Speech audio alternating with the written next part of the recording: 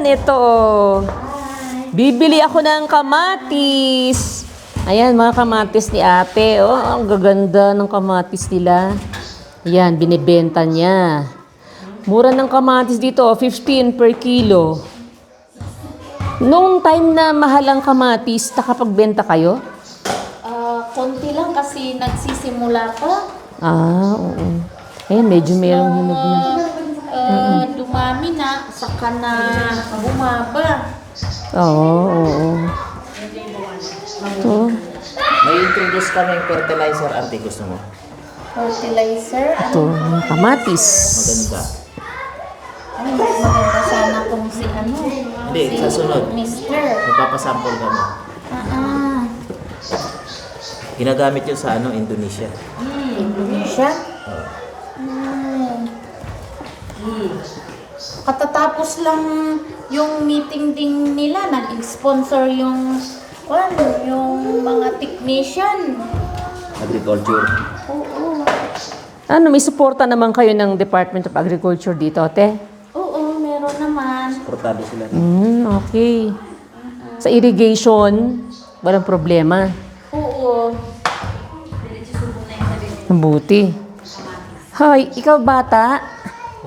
Kinain niya yung kamatis ni auntie sa taas. Ano ang gusto mo dyan sa kamatis na yan? Hoy, yun mo, may batang nagkakalkal. Ikaw na lang ipapakita ko sa video. Hoy, nagkakalkal ka ng kamatis ha. Yun mo naman. Ito si Pras eh. Ano? Nag-ano ng kamatis? Ha? Ano yan? Ano yung Pras? Kamatis. Ano? Daming kamatis, Pras, no? Pras. Enjoy ka dito sa kamatis, ha? Pras. Uy, Pras, Ayun na. Eat mo na Ayun yan. daw, eat mo na daw. Dali. Yan na. Wow. Sige, ikaw na. Eat mo yun. Uy, fresh yan. Ang galing. Ang galing-galing naman ni Pras. Sarap ba yan? Ha? Uy, kinain talaga niya, ha? Wala na, tapos na. Oo. Kasi tinan ko nga. Parang ito si Ate Ella, Tingnan mo. Uy, ang sarap niyan. Pras, Ay, binaba din, Paul. Binaba.